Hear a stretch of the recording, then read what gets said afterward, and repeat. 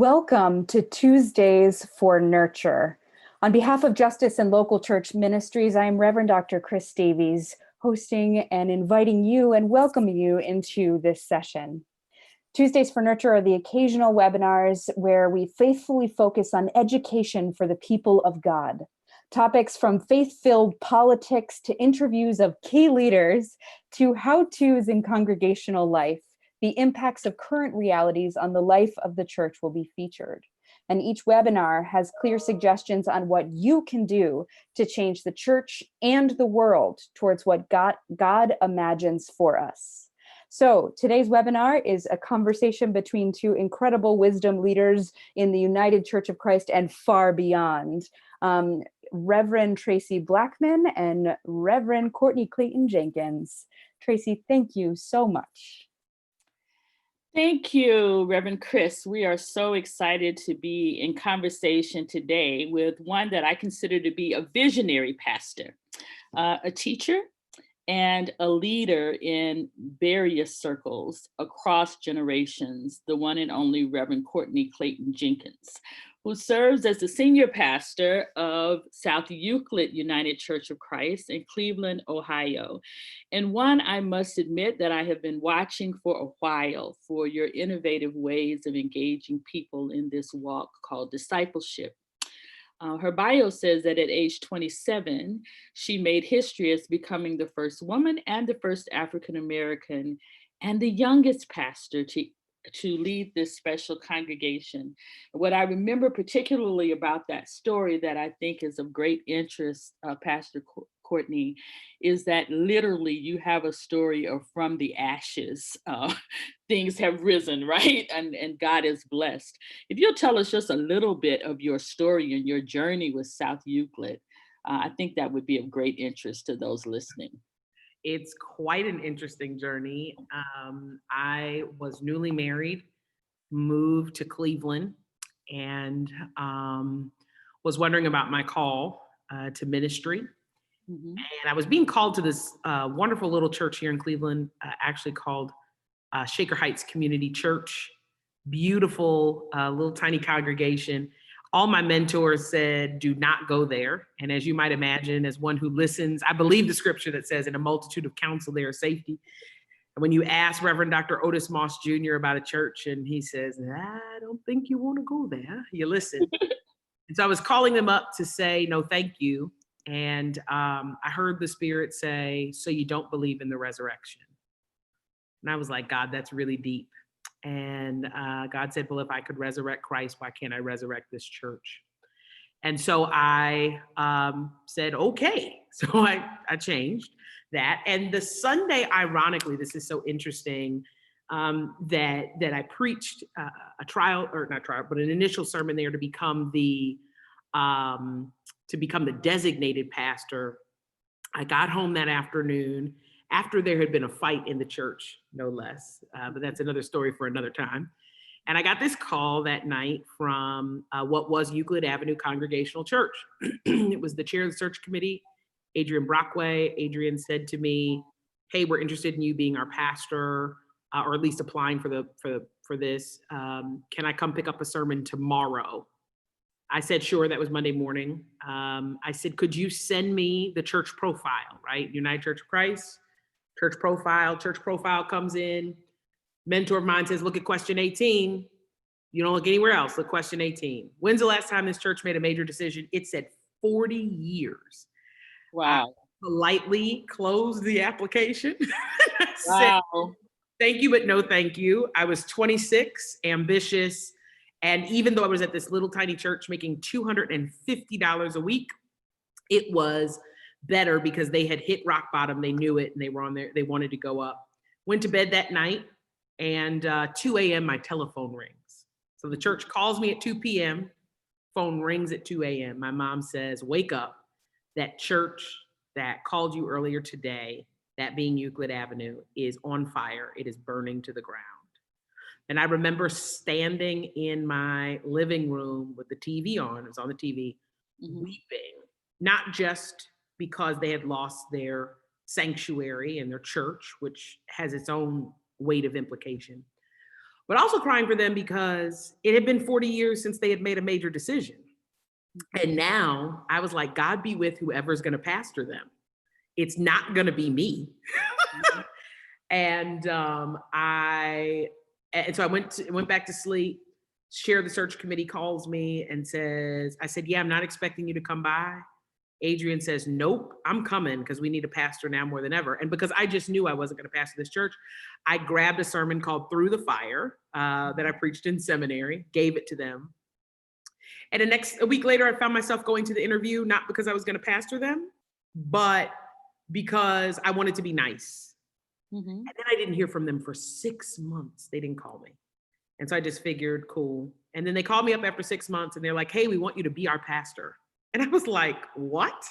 Like, this is like a bad date. Like, we had one date, they called me back. And now 6 months later, you want to call up and you want to get married? No.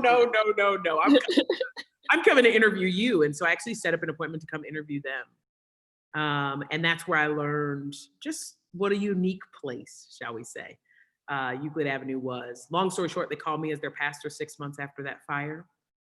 We started off with very humble beginnings. We were renting from a United Methodist church. We started off in the sanctuary. By the end, the relationship had become so negative that we were relegated to the basement where the heat was on in the summer and the air conditioning was on in the winter. Oh my gosh. Yes.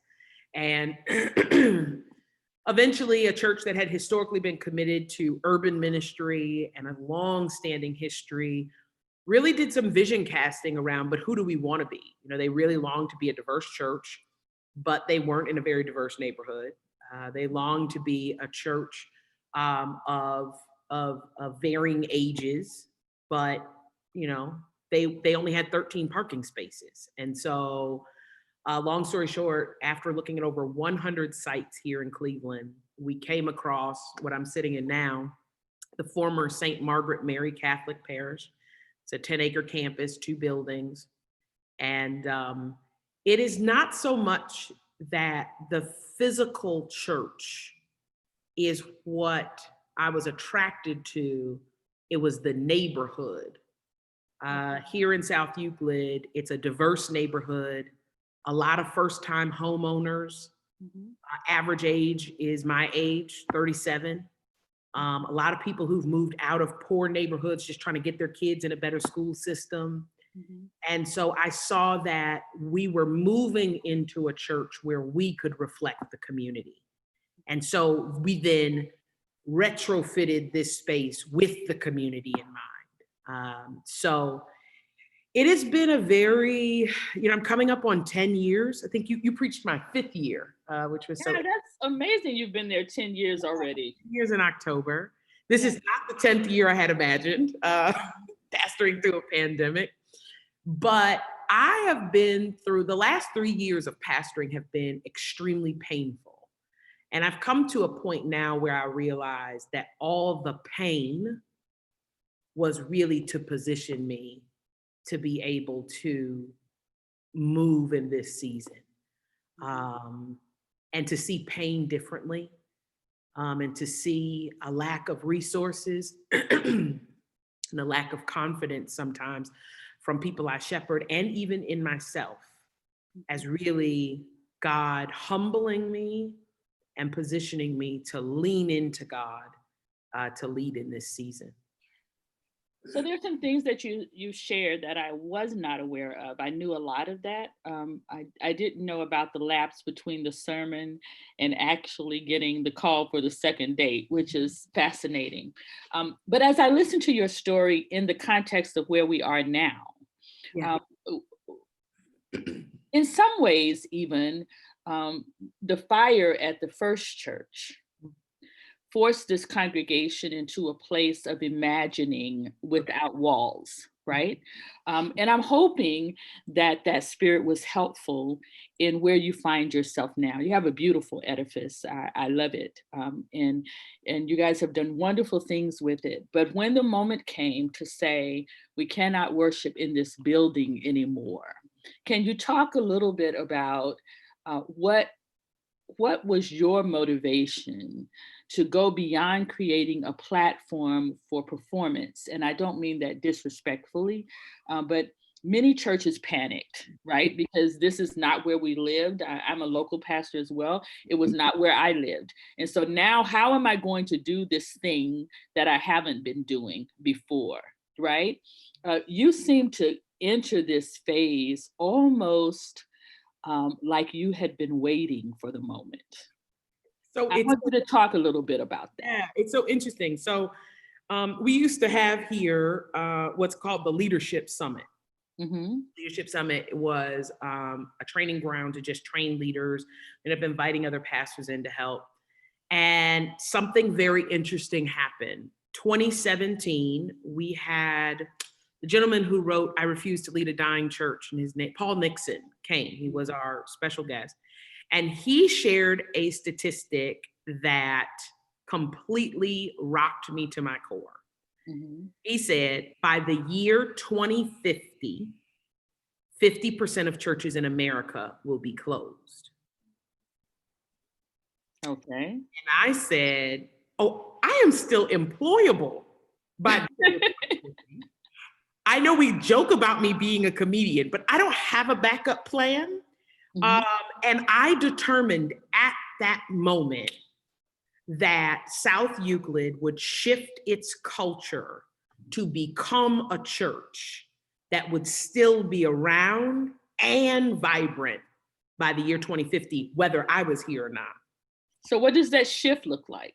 That shift is huge. So it happened in a couple of different ways.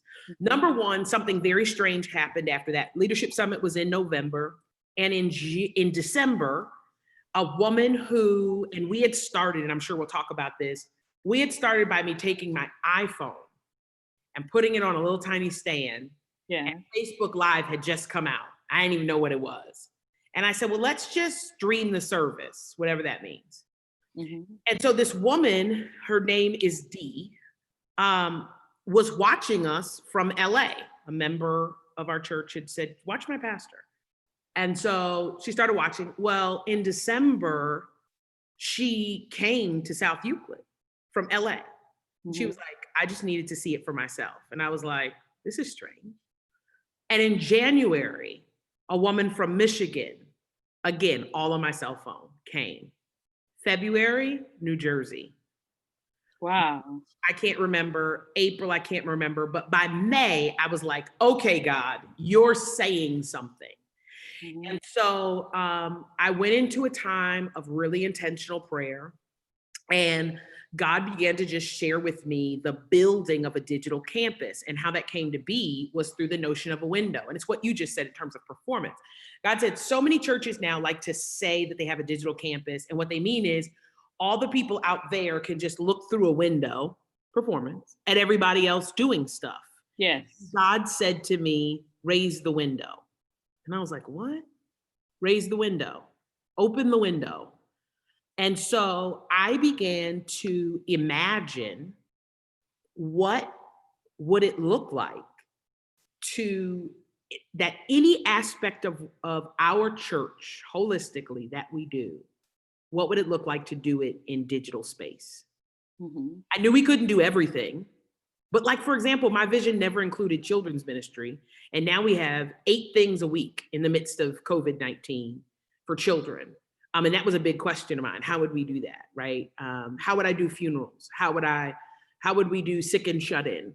But then clergy started saying, Reverend Nisi from Chicago, I want to join this church. I want you to be my pastor. I want to serve this church. Well, okay, but Reverend Nisi, if we had somebody on the sick and shut-in list in Chicago or in the surrounding area, would you be willing to go? Yes, I'd be willing to go.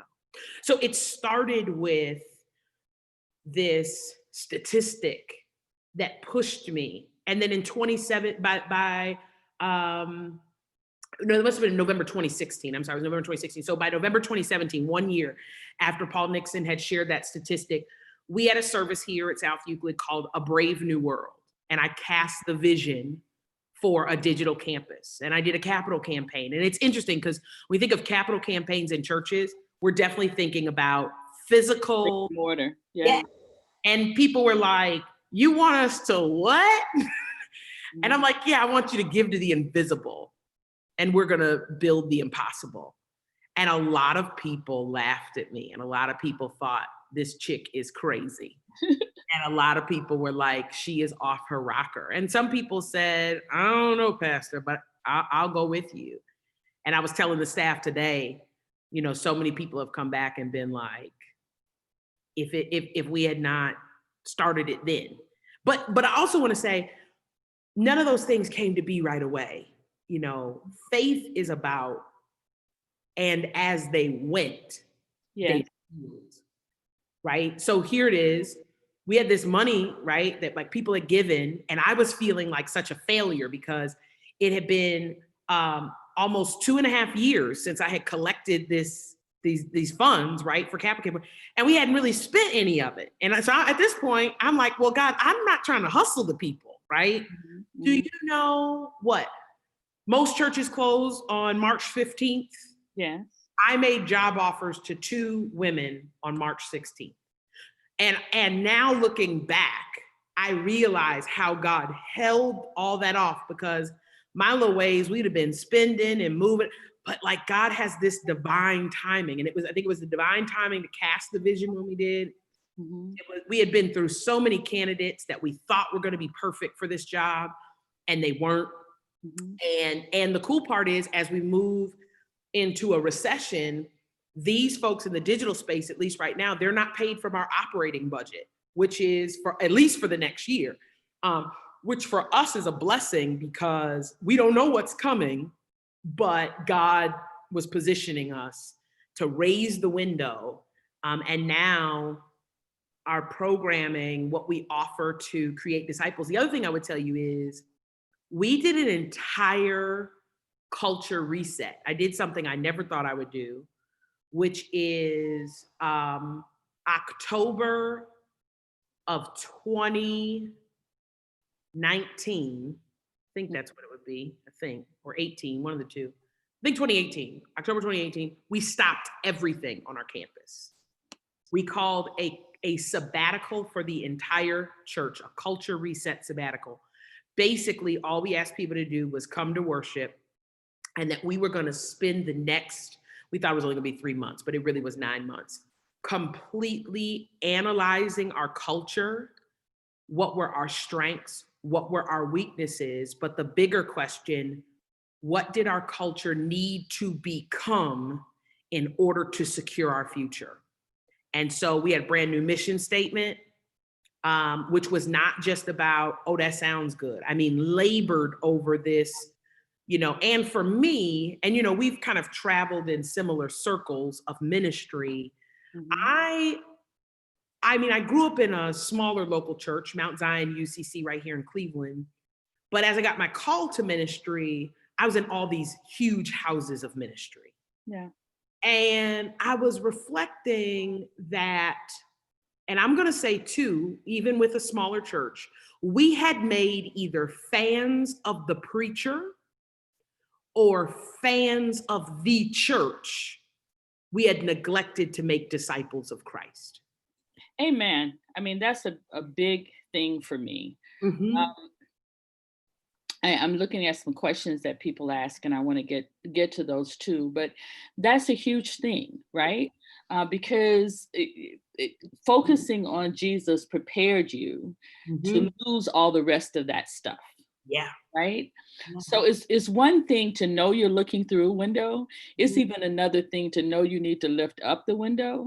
But there's something that has to happen in a person to make that shift. Right.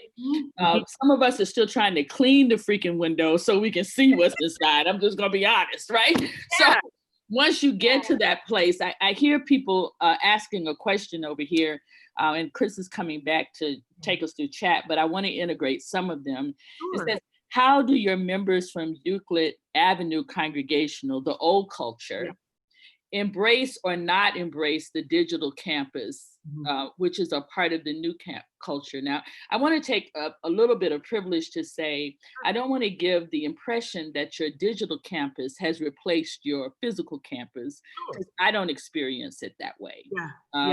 I experience worship physically in your building, and then an opening of that to extend beyond that building. Am I correct about that? It's an extension. Yeah. It's an extension. It is an extended campus. That's what it is. It's an extension of our physical location. Yes. And I'm going to bring back to your memory something. I hope this will help this questioner. When I came to preach for you the 5th year, I still talk about in the gym. There was no sanctuary yet that had been redone, but I still talk about the gym wall because I came to preach for you in a time when you were having this community service project, right? And I want to say it was like 600 hours of service. I can't remember how many it was. And there were all these Post-its all over the wall of people who were committing hours of service for this collective image of community. And I've shared that with so many people, have longed to do that for the breadth of the United Church of Christ. What would it look like for a denomination to commit church by church to so many service hours and then putting those service hours together to say, this is what it means to be the United Church of Christ. I still have that vision, but it came from South Euclid. It came from that moment, right? And I would suggest that even in that imagery, you were thinking beyond the brick and mortar of the building. No doubt. Connecting with different people. And you had all these service projects as a way of members meeting one another. I remember that only so many people could sign up for a service project, and even had some that would have been questionably dangerous at that time to go out at night and give safety packets to sex workers and things like that you were doing, which was phenomenal, right? And so I want you to talk about a little bit. I know I promoted this as talking about the digital world, but I really want also to talk about what has to happen internally. Able to reflect that externally. Your thinking and your concept of what it means to be church is expansive in your head and in your heart. And so I think that's necessary to do this effectively. Right? Can you talk a little bit about that? Yeah, so I wrote down 3 words here. One is, we believe very strongly here in gift-based ministry. Okay. You have to serve in your area of giftedness. And one of the ways we help people find their area of giftedness is through, for example, something expansive like Servolution. It's a great way for newer members, newer people, because we're trying to move away from the word membership, but newer partners to engage and learn what their gifts are. A lot of times in churches, and when I got here, they were very comfortable with the whosoever will, and that was enough. So I could be a nasty usher. This is true. No, you cannot. If you want to be nasty, we'll find a place for you to be nasty, but it's not going to be on the front lines because people's first impressions of you actually begin in the parking lot before they get in here. So we've really emphasized that gift-based leadership. Second is, and this has been key here, especially in those cultures, was in training leaders. So that leadership summit used to be, we used to call it, the non-sexy term was the quarterly leadership summit. A lot of times our churches long to do, but not to train. And I figure if I have to be trained to be the pastor, if I have to be trained to lead, it is my responsibility to make sure that our leaders are trained. Earlier on, when we had far less leaders, it was very inclusive, and I'm being very honest, it was very, what do you think, as all of that. And that was important for laying a foundation. It was also important for the 2 cultures to shift. Today, our leadership looks a little bit different prior to COVID-19, but we've had to train people to think expansively, to see beyond their own noses, to help people understand this is the constant challenge of my job. I think it's great that you want to, like right now, we are serving people with our bin food pantry. And I'm looking over there because we've got some volunteers here doing the work. But that gym has to be shared. right? When it's not COVID-19, by other ministries, other groups. So it's like, how do we widen the view of other people who are participating? And then but back then, and even now, that we're all called to be the hands and the feet. So that service back then, and we were clear, like when we first did it, for those who are watching, basically we have what's called Servolution Month. It's a month that we take where we track our service hours. We have a goal. I think the last year we did like 2,500 hours of community service. So everybody kind of tracks those. But I have found that has translated here. So I love when folks here being South Euclid, serve their neighbors unprompted. That's real discipleship. Like when I get on Facebook and I see that 2 of my members went around on Mother's Day and took planners to 15 different senior mothers, nobody asked them, nobody sanctioned it. It wasn't that's what we're here for. And so, yes, it is an expansive view, but our call, as I presented when we did when we did Brave New World, is to, and I might be about to butcher this, but to, what is it? Judea, Samaria, I might have done it wrong, to the ends of the earth, that we start internal. But our call is to this community, to, as we say, to the community that we live in, to Cleveland, to Ohio, to the nation. And if God gives us the opportunity, I mean, I even have a vision globally for us to do work. And so, but we must first master where we are. Mm-hmm. And so it really comes down to us being able to think beyond and pray beyond. But sometimes as pastors, and I'm famous for it too, we get so stuck in the doing that we don't listen ahead to what God is saying. Yeah. And that's just real. But God is a strategist. God didn't just wake up and say, okay, poof, there's the world. I preached on this part of this on Sunday. God said, okay, what's the first thing we need? Okay, we need to put a division between earth and sky. Cool. Once that was good, then God moved on. Okay, we need light. And so, okay, that's good. Then God moved on. And so it is a process. It's a strategy. And I think that so often we have neglected that God is a strategist. I mean, you can read all these Bible stories. There's a strategy behind them in what God was unfolding. And as a pastor, part of my job on the visionary side is to say, God, what's the vision and what's the strategy?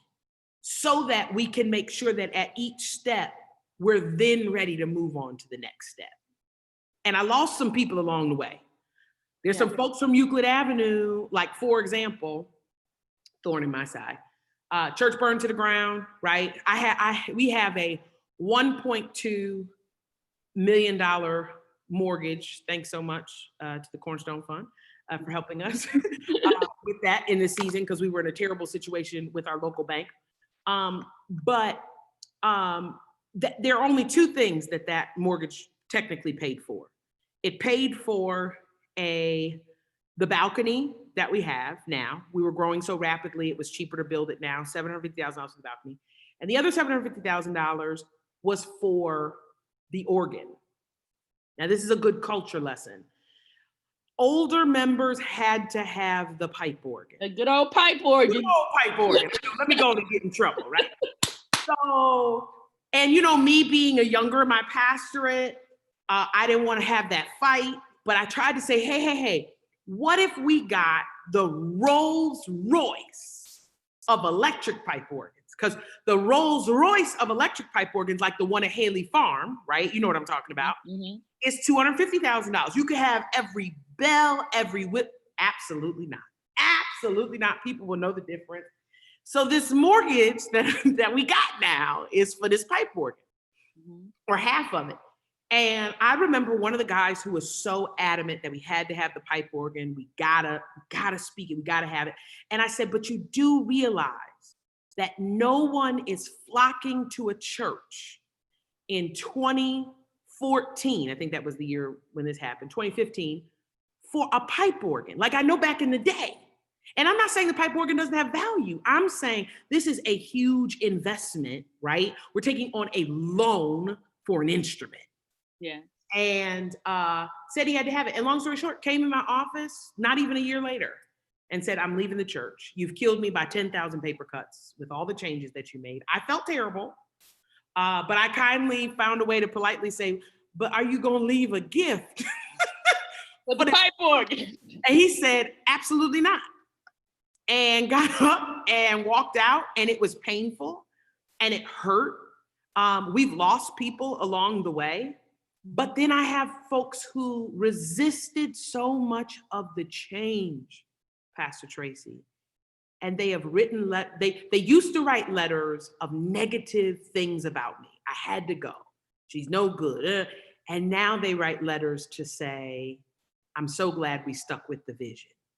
I'm so glad that that you didn't go the way, and I'm very inclusive. I listen a lot. I know people think I talk a lot, but I literally, as a leader, I listen probably twice as much as I talk. But it's been a painful process. And yet I know, and this is the reminder in this season, because God is blessing this house. And what I heard in my prayer time this morning was that we have favor in a time of famine, but I refuse to become arrogant. I have to keep the humble posture, because at the end of the day, all of this is by the grace of God. Amen. I want to talk about that tension that you name. It reminds me of a minister here in St. Louis. I'm in St. Louis right now, sheltering. And there's a Hallmark church here that has what people think is a pipe organ for the same reason. But the pastor there had some experience with metal before he was a pastor. And he purchased all of these long pipes, and he painted them to look like pipe organ pipes. Come on, man. He inserted them into the back of the church. And I mean, the members know it's not a pipe organ, but it has that look. They see the pipes, right? They got a Hammond, but they see the pipes. Everybody's happy, right?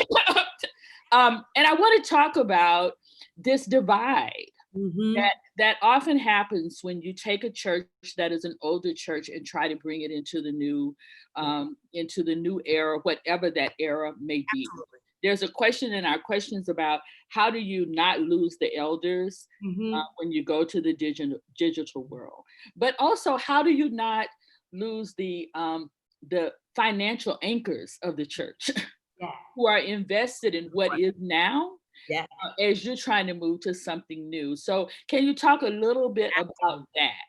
So a couple of things. One is, I think one of the things you do is we honored our elders along the way. Okay. And one of the things that does give me confidence in this season is that this is a church that is like 178, 79 years old. So we've been through this, we've been this way before, and we've made it. So there is respect to the history, and that there is a notion that God has kept and preserved us.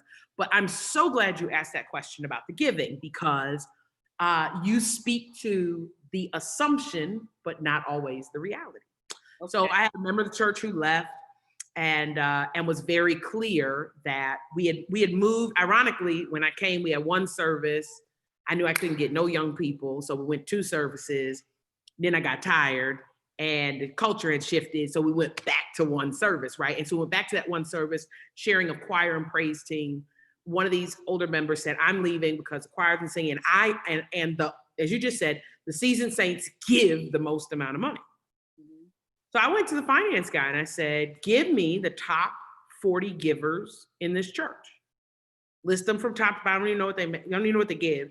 I just want them from top to bottom. Our top 3 givers in this church are all under 40. Thanks be to God. Hallelujah. Okay. And then the next giver, the 4th, is in their 70s. And then it goes back. So when you have to remember, yes, when you have a church of one generation, what you have is, they come to you at a particular point, or, you come to a particular point where their giving is at a certain point, then they retire. And the truth is, in their retirement, their giving goes down. But the cycle is that if you get young professionals on their way up, you create a cycle where you no longer are dependent on any one generation's gift, but you're literally partnering the generations together. So because that was what it was. The older folks, we give. No, actually. And so when I said, top 30 givers, 15 of the top 30 givers are under 40, and 15 of the top 30 givers are over 40. This caused people to go, oh.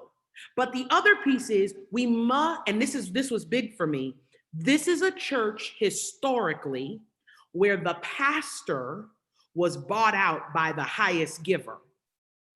And in truth, that was one of the biggest challenges I had, because when I came in, I was like, everybody's the same. But so-and-so doesn't give as much as I give. Oh, so your life is worth more than theirs? And so that ruffled it up, because and that's one of the other reasons we pressed tithing here. It's unequal sacrifice, or it's equal sacrifice, but it's unequal giving. And so, you know what's funny? Those people in those 40s who are in the top givers, you know what they are? They're tithers. Yeah. And so that's puts them there. And so then the giving becomes about something completely different. And it's no longer about who gives the most. And it becomes that we show what we do with our giving. We're very transparent about that. I noticed that in a daring way. I was tuning into you recently, and there was this giving platform that came up on the screen that said, this is what we took in, this was our target, this is how far over or how far under we went. And I was like, whoa, that's interesting. So you're doing some interesting things. I want to ask you how the Brave New World vision prepared you for COVID-19. Have you made a connection there? Yes. I never thought that a pandemic would push us further. But what it did was we started off, and I want to say this to anybody who's listening, with an iPhone and a $2 tripod from Amazon.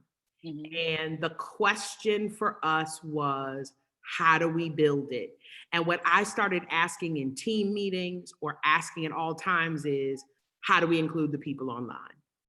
How do we, we're going to do we had this really cool Sunday where we did Generation Sunday here. So we divided the church up into 6 generations. Each generation had a color they were going to wear. But the question is, how do we include the online people? Oh, I guess they'd have to take pictures, at home in their colors. Yep. Okay, we're starting up our small groups. Great. Okay. How do we include the online people? Well, Pastor, that's going to be hard. How do we include the online people? And now what's funny is we tried to start a group online prior to COVID. It wasn't working very well, but now all of our groups, we have all online. Yeah, that's our only choice. And so the other day I checked, we have over 100 people who are in a small group of some sort, whether that's our Engage, which is our known in some churches as new members. Then we have our Encore. That's what most people are in. Encore is the follow-up to Sunday's sermon. And then our Essentials, which is for brand new believers who want to really get into what does the word say? I don't want to be with the sermon. I want to be with the word. And all of these came because our folks imagined. My job is to be the chief visionary, but I have to trust that God doesn't only give vision to me. Here's a prime example, our bin food pantry. Reverend Carla Joe, who is associate pastor, came to me and said, I really think we should start a food pantry. And I was like, oh, okay. And as I started talking to other pastors, they were like, a food pantry is a lot of hard work. And then I found out, I didn't know, you got to buy the food from the local food bank. I'm like, I thought they just gave it to you. I didn't think you had to buy. And she's come bringing me a $25,000 budget. And I'm like, now wait 1 minute. when we have $25,000 for food, aren't they supposed to give you the food? No, you have to buy the food, you have to run it. And I was really against it. But I don't believe that just because I'm the pastor, what I say goes. And so I said, okay, let's do it. And it's so amazing to me that subvision of the vision, if that makes sense, came to pass. It's what we need now. We're securing not only our giving, but the grant dollars.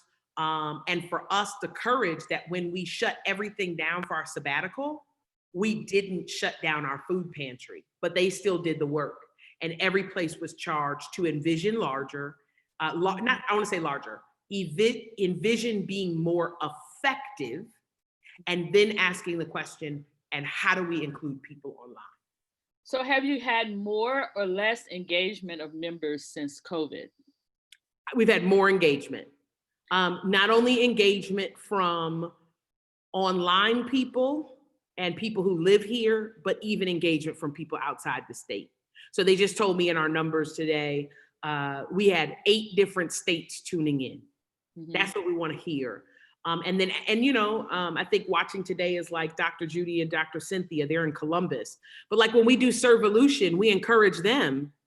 Okay, well, what y'all doing down there? We did a Monday, Thursday dinner a couple of years ago, and they came to us and said, we'll be hosting a Monday, Thursday dinner. We need the curriculum too. So it becomes a partnership where it's not all on us. Sometimes we need the people online to say, hey, what about us? We want to be involved. We want to participate. And how do we do that? I see. So what would you say to smaller churches that can't even imagine in the numbers that you're talking about at this point? I think you talked about this a little bit, because you can use your cell phone and a tripod to get started, right? Yeah.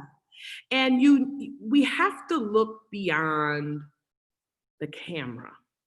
So for example, if you're a pastor, you have an iPhone, when we were in service physically, we greeted people physically, but we also greeted the people online. We asked people, where are you watching from today? Right? What about communion?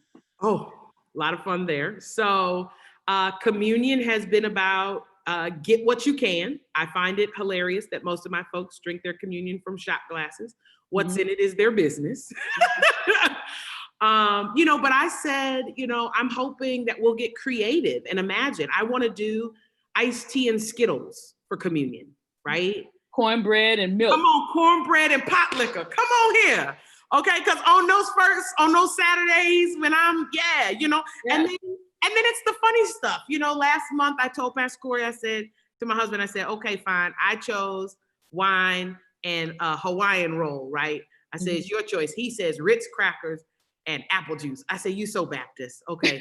And I put that little buttery body of Jesus in my mouth, and don't you know, half of it slid across the communion table on camera, onto the floor. I said, you done made me drop my Savior on the floor. And I had to go around and pick it up and eat it in the age of COVID-19. I said, oh, don't let me catch nothing, But it is really, we have an opportunity, to imagine. The Bible says, eyes have not seen, ears have not heard what God has in store for those who love him, who love God. And that we can imagine, and that God goes beyond our imagination. So many of us, and this church was in it too, just wanted to keep doing the same thing. But what made us great in the past was our ability to do something that's never been done. It's just when we rest and believe that history defines our present, presence defines the present. Presence defines what the future looks like. So let's talk a little bit about that as pastors, and then I'm going to invite Reverend Chris to come back in.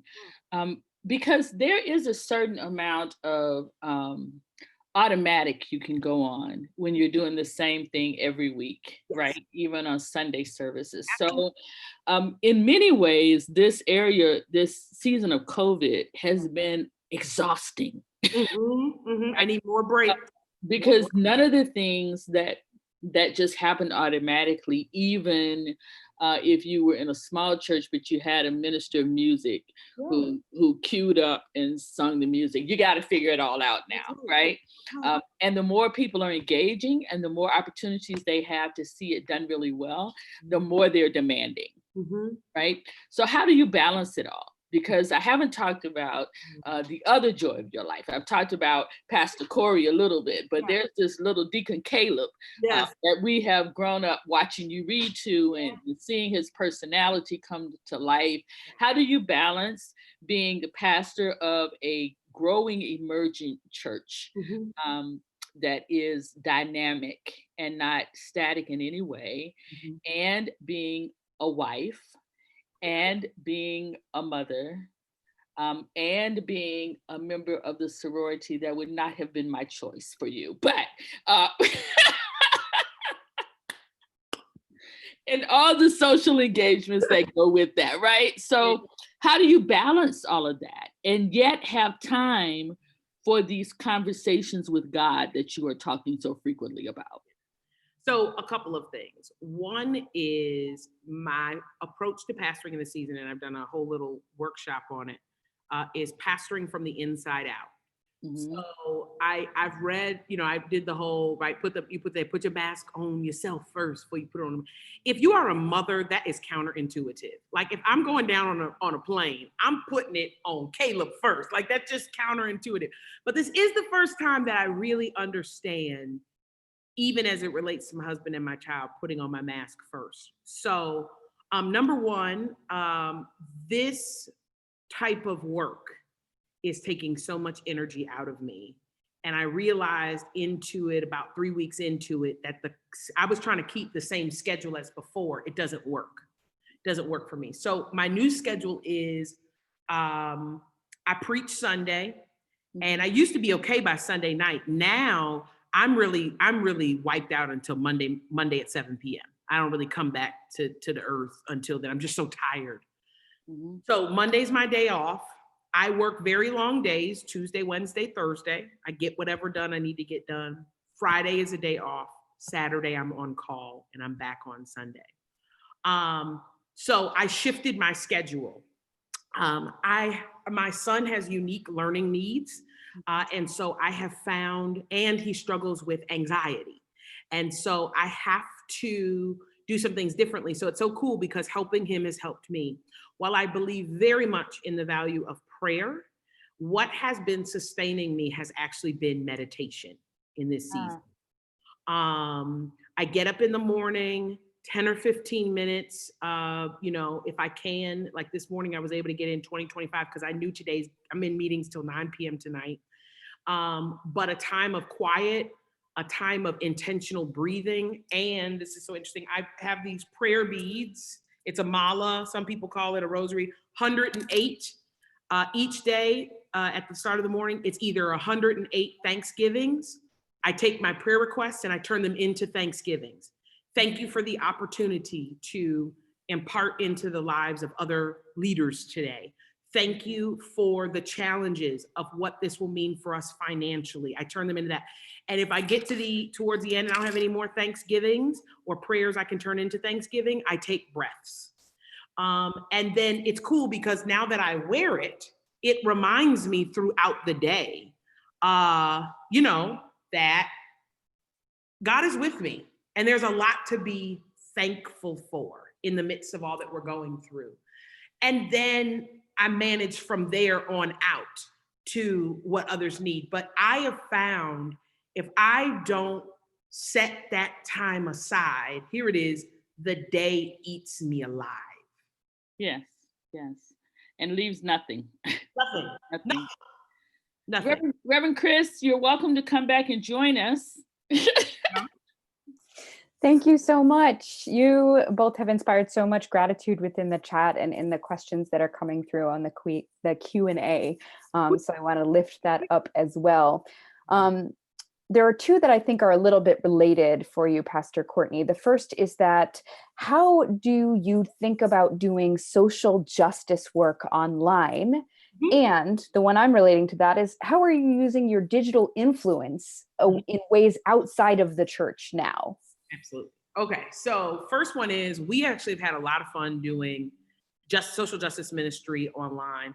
One of my passions, when not pastoring, but I've fused them together, is storytelling. We film a lot of stories here, a lot of opportunities for people to tell their stories.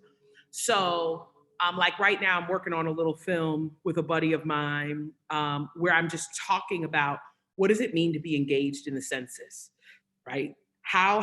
What was life like before COVID-19? Yeah, the census was important, but now how is it really important? Utilizing social media. It was really cool. What we did through some members of our church is we said when it was the primaries, we said, if you contact us by a certain date and time, because we understand that with mail-in voting, you are assuming, number one, that voters have access to a printer. You are assuming that voters have access to a stamp, right?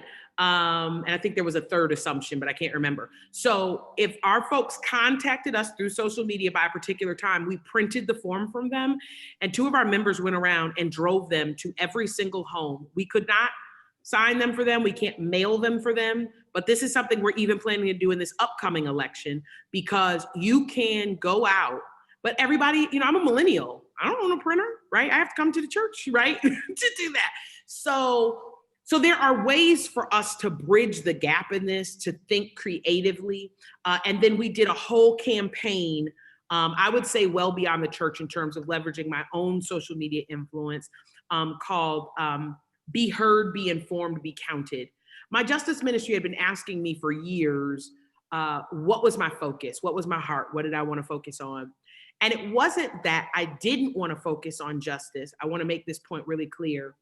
It's that I needed the wellspring of justice to flow from one's relationship with Christ and not from just doing good. Yeah. So I spent these years building up the wellspring that people now understood that social justice is the fruit of my walk with Christ. It doesn't replace it. And sometimes I've found, as I have kind of moved around, particularly in the United Church of Christ, for some people, social justice is the faith. And I'm not saying it's not, I'm just saying it, for me, it flows out of my relationship with Christ. So God just said to me, this is what I want you to focus on: voter registration, voter education, and the census. And so we spent our time really figuring out how do we get the word out there. So we're just utilizing and leveraging social media, and we're putting money behind it.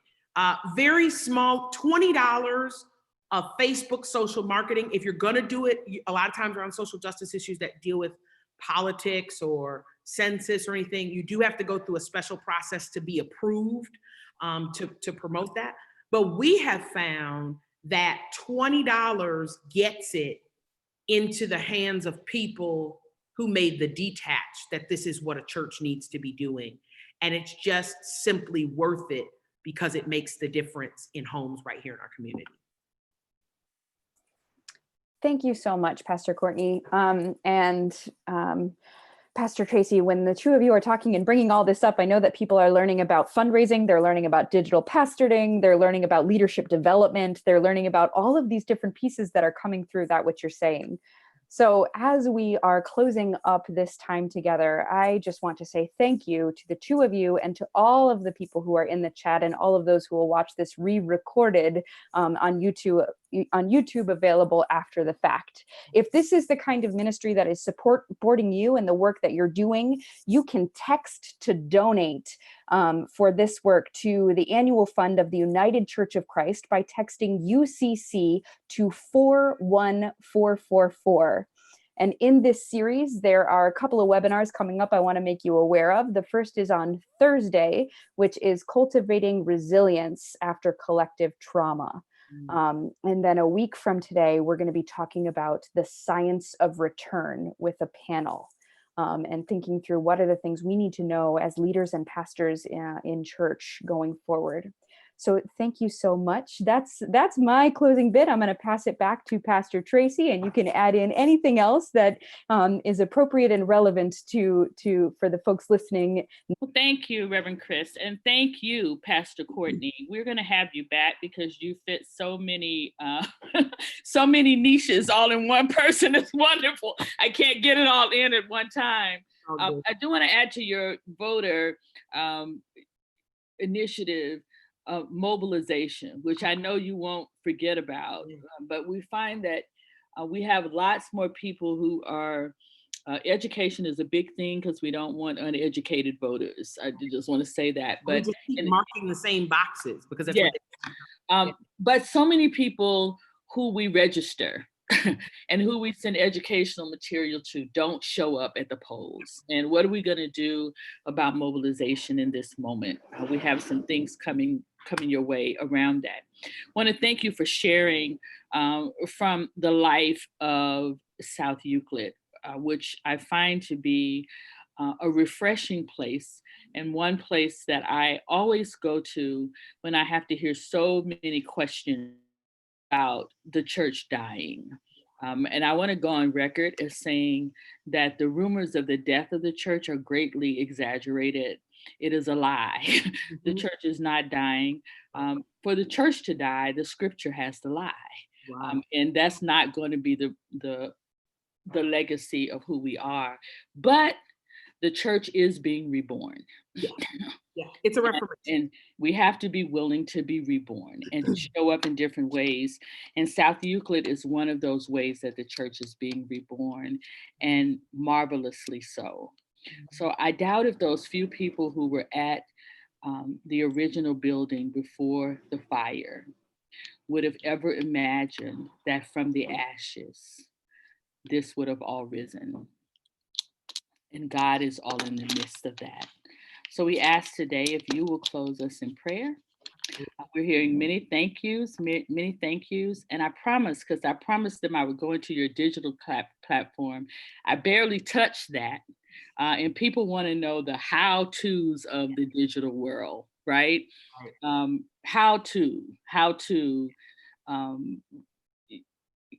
One of the things I want to mark, I'm saying it so Chris can hear me, that I want to mark is that moving to the digital world is not just changing location, but it's also changing the way you engage. And so your eye-to-eye contact with those whose eyes you cannot see is a part of the enticement that brings people in, right? So I'm going to ask you to close us in prayer today. I will. And thank you so much for taking the time in a day that doesn't end until 9 p.m. Spend an hour with the United Church of Christ. Yes. Let me just say two things really quickly. One is, if folks want to ask questions that didn't get answered, if you just type in Courtney Clayton Jenkins in Facebook, I would love to answer those questions. I have a page there, and they can inbox me because there's some really good questions. And then the second thing is, if you'll pray with us, I'm actually in the process of trying to see if we can get some grant money to teach other churches at whatever their scale, whatever their size, how to move into this day and age. Because even when church returns, it will not be church as it was. So how much money does that take? I pray specifics. You pray specifics. So to teach all the churches, we would like that would come to us.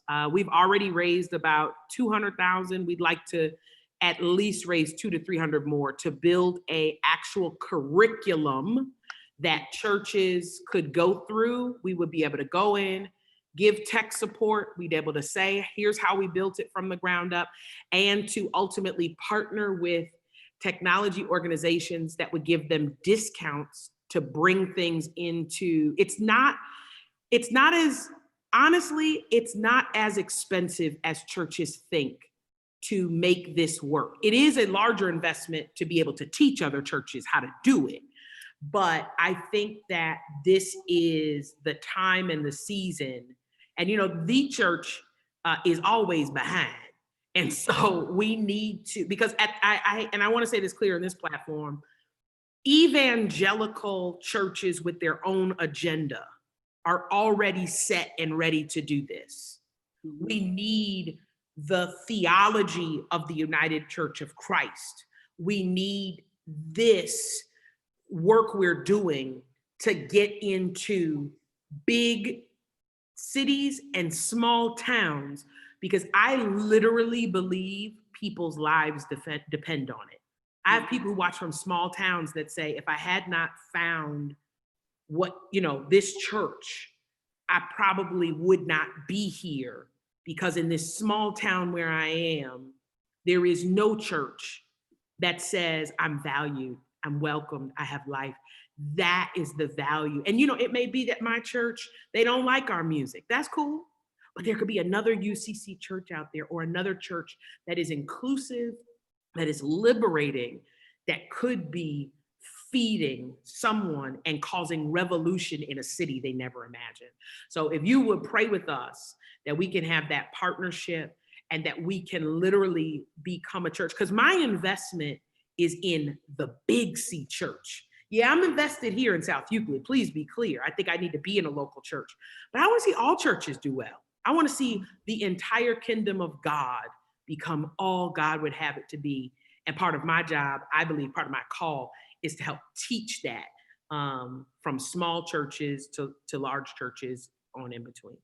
So just I will be in prayer with you about that, as I'm sure others who are listening, and we will also find ways to be in partnership with you about that. Amen. And I know Chris's heart is beating out of her chest, because that's a passion of hers. Amen. As we are deploying COVID-19 funds very soon. Amen. She gave her best plug to me about doing grants to churches to help them get online. Yeah. But right now we need to help them survive. And we can then figure out how to partner, because I agree with you. This is something that's needed. Pray us out, Reverend. That's right. Awesome and mighty God, we thank you for your kindness, your faithfulness. We thank you for imagination and creativity. We thank you that in a world where COVID is robbing us of so much, you still give us more. You give us more opportunity to dream, more opportunity to make an impact. You even show us that we can do more ministry with less resources. I pray for every church represented here and those who will watch it into the future, that you will provide every fish and every loaf, and that every church would be a good steward of every dollar and dime that comes in, to not just fund what always was, but to envision what you have. I thank you that there's no one model that makes church work. I thank you that you are a God that custom tailors each vision to each house. So I pray for every pastor whom you've called for such a time as this, to see what's never been seen, to communicate the change, and to step out on faith and trust that as they go, you will provide all that they need. I thank you, I bless you, I honor you, I love you, I worship you. And most of all, dear God, I trust you because you have a track record of being trustworthy. It's in your name we pray and ask in all. Amen. Amen. I want to answer Jenny's question because it's a discipleship question. Okay. South Euclid is an open and affirming church. Yes. Yes, we are. Wonderful. Bye-bye. Bye.